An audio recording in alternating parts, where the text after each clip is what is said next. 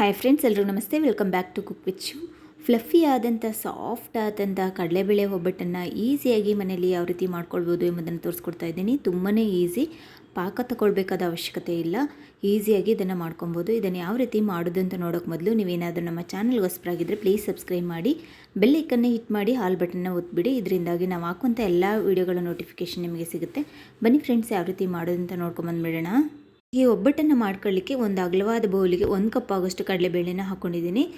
ನೀರು ಹಾಕ್ಬಿಟ್ಟು ಚೆನ್ನಾಗಿ ವಾಶ್ ಮಾಡ್ಕೊಂಬರ್ಬೇಕಾಗುತ್ತೆ. ವಾಶ್ ಮಾಡಿಕೊಂಡು ನೀರನ್ನು ಸೇರಿಸ್ಬಿಟ್ಟು ಒಂದು 2 ಗಂಟೆಗಳ ಕಾಲ ಚೆನ್ನಾಗಿ ನೆನೆಯಲಿಕ್ಕೆ ಬಿಡಬೇಕಾಗುತ್ತೆ. ಇದಾದ ನಂತರ ಮತ್ತೊಂದು ಬೌಲಿಗೆ 1/4 ಕಪ್ ಆಗೋಷ್ಟು ಮೈದಾನ ಹಾಕ್ಕೊತಾ ಇದ್ದೀನಿ.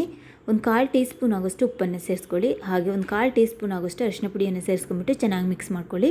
ಇದನ್ನು ಮಿಕ್ಸ್ ಮಾಡ್ಕೊಂಡಾದ್ಮೇಲೆ ಸ್ವಲ್ಪ ನೀರನ್ನು ಸೇರಿಸ್ಕೊಂಬಿಟ್ಟು ಸಾಫ್ಟಾಗಿ ನಾವು ಕಲಿಸ್ಕೊಬೇಕಾಗುತ್ತೆ. ಹಿಟ್ಟು ನೋಡಿ ಈ ಅದಕ್ಕೆ ಇರಬೇಕಾಗುತ್ತೆ. ಇದ್ರ ಮೇಲೆ ಸ್ವಲ್ಪ ಆಯಿಲನ್ನು ಹಾಕ್ಕೊಂಬಿಟ್ಟು ಒಂದು ಅರ್ಧ ಟೇಬಲ್ ಸ್ಪೂನ್ ಆಗೋಷ್ಟು ಆಯಿಲನ್ನು ಹಾಕ್ಕೊಂಬಿಟ್ಟು ಚೆನ್ನಾಗಿ ನಾದ್ಕೊಬೇಕು. ನೋಡಿ ಚೆನ್ನಾಗಿ ನಾದ್ಕೊಂಡು ಇಟ್ಕೊಂಡಿದ್ದೀನಿ. ಈಗ ಇದ್ರ ಮೇಲೆ ಸ್ವಲ್ಪ ಆಯಿಲನ್ನು ಹಾಕ್ಬಿಟ್ಟು ಎಲ್ಲ ಕಡೆ ಸ್ಪ್ರೆಡ್ ಮಾಡಿಬಿಟ್ಟು ಲಿಡ್ಡನ್ನು ಕ್ಲೋಸ್ ಮಾಡಿ ಒಂದು 3 ಅವರ್ ನೆನೆಯಲಿಕ್ಕೆ ಬಿಟ್ಬಿಡಿ. ಈ ಹಿಟ್ಟು ಚೆನ್ನಾಗಿ ನೆನೆ ಬರೋಷ್ಟರೊಳಗೆ ನಾವು ಹೂರಣ ರೆಡಿ ಮಾಡ್ಕೊಳ್ಳಿಕ್ಕೆ ಸ್ಟವನ್ನು ಆನ್ ಮಾಡ್ಕೊಂಡು ಪಾತ್ರೆಯಲ್ಲಿ ನೀರು ಇಟ್ಕೊಂಡಿದ್ದೀನಿ. ಕಡಲೆಬೇಳೆ ನೆನೆಯಲಿಕ್ಕೆ ಬಿಟ್ಟಿದ್ಮೇಲೆ ಹೇಗೆ ನೆಂದಿದೆ ನೋಡೋಣ. ಚೆನ್ನಾಗಿ ನೆನೆ ಬಂದಿದೆ ನೋಡಿ, ಕಟ್ಟಾಗ್ತಾ ಇದೆ. ಈಗ ನೀರು ಕುದೀತಾ ಇದೆ. ಕುದಿಯುವ ನೀರಿಗೆ ನಾವು ಈ ಕಡಲೆಬೇಳೆನ ಹಾಕ್ಕೊಬೇಕಾಗುತ್ತೆ. ನೆನೆಸಿರುವಂಥ ಕಡಲೆಬೇಳೆನ ಹಾಕ್ಕೊಂಬಿಟ್ಟು ಸ್ವಲ್ಪ ಆಯಿಲನ್ನು ಸೇರಿಸ್ಕೊಬೇಕಾಗುತ್ತೆ. ಸ್ವಲ್ಪ ಆಯಿಲನ್ನು ಸೇರಿಸ್ಬಿಟ್ಟು ಚೆನ್ನಾಗಿ ಮಿಕ್ಸ್ ಮಾಡಿಬಿಟ್ಟು ಒಂದು 15ರಿಂದ 20 ನಿಮಿಷ ಚೆನ್ನಾಗಿ ಬೇಯಿಸ್ಕೊಬೇಕು. ಈ ರೀತಿ ನೊರೆ ಬರುತ್ತೆ, ನೊರೆಯನ್ನು ತೆಗೆದಾಕ್ಬಿಡಿ. ನೋಡಿ, ಹೈ ಫ್ಲೇಮಲ್ಲಿ ನಾನು 20 ನಿಮಿಷಗಳ ಕಾಲ ಚೆನ್ನಾಗಿ ಬೇಯಿಸ್ಕೊಂಡಿದ್ದೀನಿ. ಹೇಗೆ ಬೆಂದಿದೆ ಅಂತ ಚೆಕ್ ಮಾಡ್ಕೊಳ್ಳೋಣ.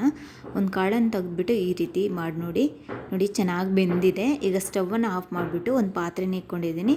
ಈ ಪಾತ್ರೆ ಮೇಲೆ ಒಂದು ತೂತು ಪಾತ್ರೆನ ಇಟ್ಬಿಟ್ಟು ನಾವು ಬಸ್ಕೊಂಬಿಡೋಣ. ಈಗ ಮತ್ತೆ ಸ್ಟವನ್ನು ಆನ್ ಮಾಡ್ಕೊಂಡು ಒಂದು ಪ್ಯಾನನ್ನು ಇಟ್ಕೊಂಡಿದ್ದೀನಿ. ಪ್ಯಾನ್ಗೆ 1 ಟೀ ಸ್ಪೂನ್ ಆಗೋಷ್ಟು ತುಪ್ಪವನ್ನು ಹಾಕ್ಕೊಂಡು ಬೇಯಿಸಿಟ್ಟಿರುವಂಥ ಬೇಳೆನ ಹಾಕ್ಕೊಬೇಕಾಗುತ್ತೆ. ಇದ್ರ ಜೊತೆಗೆ ನಾವು ಯಾವ ಕಪ್ಪಲ್ಲಿ ಬೇಳೆ ತೊಗೊಂಡ್ವೋ ಅದೇ ಕಪ್ಪಲ್ಲಿ 1 ಕಪ್ ಆಗೋಷ್ಟು ತುರಿದಿರುವಂಥ ಬೆಲ್ಲನ ಹಾಕ್ಕೊತಾ ಇದ್ದೀನಿ. ನಾನು ಸ್ವೀಟ್ ಮೈಲ್ಡಾಗಿ ನಾನು ಮಾಡ್ಕೊಳ್ಳೋದ್ರಿಂದ ಸ್ವಲ್ಪ ಸ್ವೀಟ್ ಕಡಿಮೆ ಇರುತ್ತೆ. ನಿಮ್ಗೆ ಜಾಸ್ತಿ ಬೇಕು ಅಂದರೆ 1/4 ಕಪ್ ಆಗೋಷ್ಟು ಬೆಲ್ಲನ ಯೂಸ್ ಮಾಡ್ಕೊಳ್ಳಿ. ಇದು ಚೆನ್ನಾಗಿ ಕರಗಿ ಬರಬೇಕು ಬೆಲ್ಲ. ನೋಡಿ, ಬೆಲ್ಲ ಎಲ್ಲ ಕರಗಿದೆ. ಇನ್ನೂ 5 ನಿಮಿಷಗಳ ಕಾಲ ಮಿಕ್ಸ್ ಮಾಡ್ಕೊಬೇಕಾಗುತ್ತೆ. ಫುಲ್ಲು ಡ್ರೈ ಆಗಕ್ಕೆ ಬಿಡಬೇಡಿ, ಸ್ವಲ್ಪ ನೀರಿನಂಶ ಇರಬೇಕು, ಅಲ್ಲಿವರೆಗೆ ನಾವು ಮಿಕ್ಸ್ ಮಾಡ್ಕೊಬೇಕು. ನೋಡಿ, ಇದು ಪರ್ಫೆಕ್ಟಾಗಿದೆ. ಫುಲ್ಲು ಡ್ರೈ ಆಯಿತು ಅಂದರೆ ಹೂರಣ ಗಟ್ಟಿ ಆಗಿಬಿಡುತ್ತೆ. ಅದರಿಂದಾಗಿ ಸ್ವಲ್ಪ ನೀರಿನಂಶ ಇರುವಾಗಲೇ ನಾವು ಸ್ಟವನ್ನು ಆಫ್ ಮಾಡ್ಕೊಬೇಕಾಗುತ್ತೆ. ನೋಡಿ, ಇದು ಪರ್ಫೆಕ್ಟಾಗಿದೆ. ಈಗ ಸ್ಟವನ್ನು ಆಫ್ ಮಾಡಿಬಿಟ್ಟು ಬಿಸಿ ಇರುವಾಗಲೇ ಮಿಕ್ಸಿ ಜಾರಿಗೆ ಹಾಕ್ಕೊಂಬಿಟ್ಟು ನುಣ್ಣಗೆ ರುಬ್ಕೊಂಬರ್ಬೇಕಾಗುತ್ತೆ. ಇದ್ರ ಜೊತೆಗೆ ಏಲಕ್ಕಿಯನ್ನು ಹಾಕ್ಕೊತ ರುಬ್ಕೊಬೇಕು. ನೋಡಿ, ನಾನು ನುಣ್ಣಗೆ ರುಬ್ಕೊಂಬಂದಿದ್ದೀನಿ. ಒಂದು ಬೌಲಿಗೆ ಶಿಫ್ಟ್ ಮಾಡಿ ಇಟ್ಕೊಂಬಿಡೋಣ. ಇದೇ ರೀತಿ 2 ಬ್ಯಾಚ್ ಆಗಿ ನಾನು ರುಬ್ಕೊಂಡಿದ್ದೀನಿ.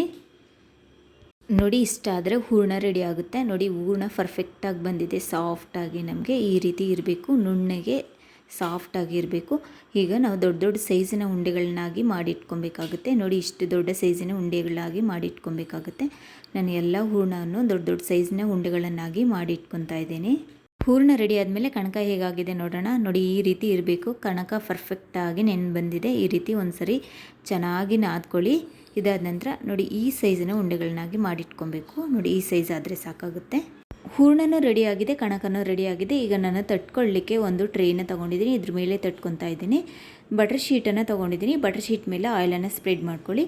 ನಂತರ ಈ ಕಣಕವನ್ನು ಬೌಲ್ ಶೇಪ್ಗೆ ಮಾಡ್ಕೊಬೇಕಾಗುತ್ತೆ. ನಾವು ಬೌಲ್ ಶೇಪ್ಗೆ ಮಾಡಿಕೊಂಡು ಹೂರಣನ ಮಧ್ಯೆ ಇಟ್ಟು ನಾವು ಇದನ್ನು ಕವರ್ ಮಾಡ್ಕೊಬೇಕಾಗುತ್ತೆ. ನೋಡಿ, ನಾನು ಯಾವ ರೀತಿ ಕವರ್ ಮಾಡ್ಕೊತಾ ಇದ್ದೀನೋ ಆ ರೀತಿ ಕವರ್ ಮಾಡ್ಕೊಳ್ಳಿ.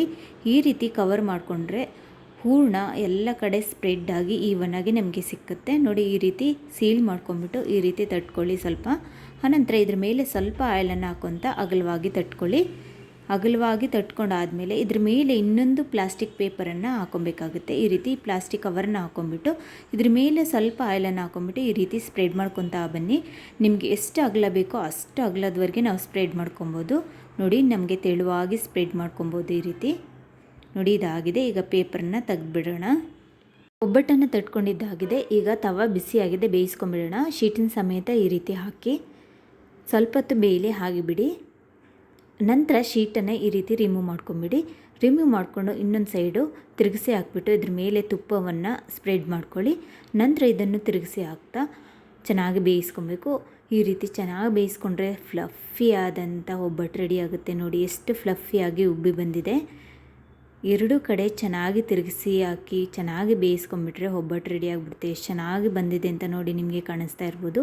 ಸಾಫ್ಟ್ ಆದಂಥ ಒಬ್ಬಟ್ಟು ರೆಡಿಯಾಗಿದೆ. ಮತ್ತೊಂದು ಒಬ್ಬಟ್ಟನ್ನು ಹಾಕಿ ತೋರಿಸ್ತಾ ಇದ್ದೀನಿ. ಶೀಟಿನ ಸಮೇತ ಈ ರೀತಿ ಹಾಕ್ಬಿಟ್ಟು ಸ್ವಲ್ಪ ಬೆಂದ ಮೇಲೆ ಶೀಟನ್ನು ಈ ರೀತಿ ತೆಗೆದ್ಬಿಡಿ. ನಂತರ ಇದನ್ನು ತಿರುಗಿಸಿ ಹಾಕಿ ಬೇಯಿಸ್ಕೊಳ್ಳಿ. ಇದಾದ ನಂತರ ಇದ್ರ ಮೇಲೆ ತುಪ್ಪವನ್ನು ಸ್ಪ್ರೆಡ್ ಮಾಡಿಬಿಟ್ಟು ಮತ್ತೆ ಇದನ್ನು ತಿರುಗಿಸ್ಬಿಟ್ಟು ಚೆನ್ನಾಗಿ ಬೇಯಿಸ್ಕೊಳ್ಳಿ. ನೋಡಿ ಎಷ್ಟು ಚೆನ್ನಾಗಿ ಉಬ್ಬಿ ಬರ್ತಾ ಇದೆ ಅಂತ. ಇದ್ರ ಮೇಲೂ ಸಹ ತುಪ್ಪವನ್ನು ಹಾಕ್ಕೊತ ಸ್ಪ್ರೆಡ್ ಮಾಡ್ಕೊಳ್ಳಿ. ನೋಡಲಿಕ್ಕೆ ಎಷ್ಟು ಸೂಪರಾಗಿ ಕಾಣಿಸ್ತಾ ಇದೆ ನೋಡಿ, ಎಷ್ಟು ಚೆನ್ನಾಗಿ ಉಬ್ಬಿ ಬಂದಿದೆ. ಸಾಫ್ಟಾಗಿ ನಿಮಗೆ ಸಿಕ್ಕುತ್ತೆ. ಎರಡು ಕಡೆ ಚೆನ್ನಾಗಿ ಬೇಯಿಸ್ಬಿಟ್ಟು ನಾವು ಮಡ್ಚ್ಕೊಂಡ್ಬಿಟ್ರೆ ಸಾಫ್ಟ್ ಆದಂಥ ಫ್ಲಫಿ ಆದಂಥ ಒಬ್ಬಟ್ಟು ರೆಡಿ ಆಗಿಬಿಡುತ್ತೆ. ತುಂಬಾ ಈಸಿಯಾಗಿ ಒಬ್ಬಟ್ಟುಗಳನ್ನ ಮಾಡ್ಕೊಬೋದು. ಇಷ್ಟೇ ಫ್ರೆಂಡ್ಸ್, ತುಂಬಾ ಈಸಿಯಾಗಿ ಮಾಡ್ಕೊಬೋದು. ಯುಗಾದಿ ಹಬ್ಬಕ್ಕೆ ನೀವು ಕೂಡ ಟ್ರೈ ಮಾಡಿ, ತುಂಬಾ ಟೇಸ್ಟಿಯಾಗಿರುತ್ತೆ. ನೋಡಿ ಎಷ್ಟು ಸಾಫ್ಟಾಗಿದೆ ಅಂತ ತೋರಿಸ್ತೀನಿ ನೋಡಿ. ತುಂಬಾ ಸಾಫ್ಟಾಗಿ ಫ್ಲಫಿಯಾಗಿ ಸಿಗುತ್ತೆ. ಇದನ್ನು ತುಪ್ಪದ ಜೊತೆಗೆ ತಿಂದ್ರಂತೂ ತುಂಬಾ ಟೇಸ್ಟಿಯಾಗಿರುತ್ತೆ ಫ್ರೆಂಡ್ಸ್. ತುಂಬಾ ಈಸಿ ಮಾಡ್ಕೊಳ್ಳೋದು. ನೀವು ಕೂಡ ಮನೇಲಿ ಟ್ರೈ ಮಾಡಿ ಹೇಗೆ ಬಂತು ಅಂತ ನನಗೆ ಕಮೆಂಟ್ಸ್ ಮಾಡಿ ಹೇಳಿ. Thank you for watching.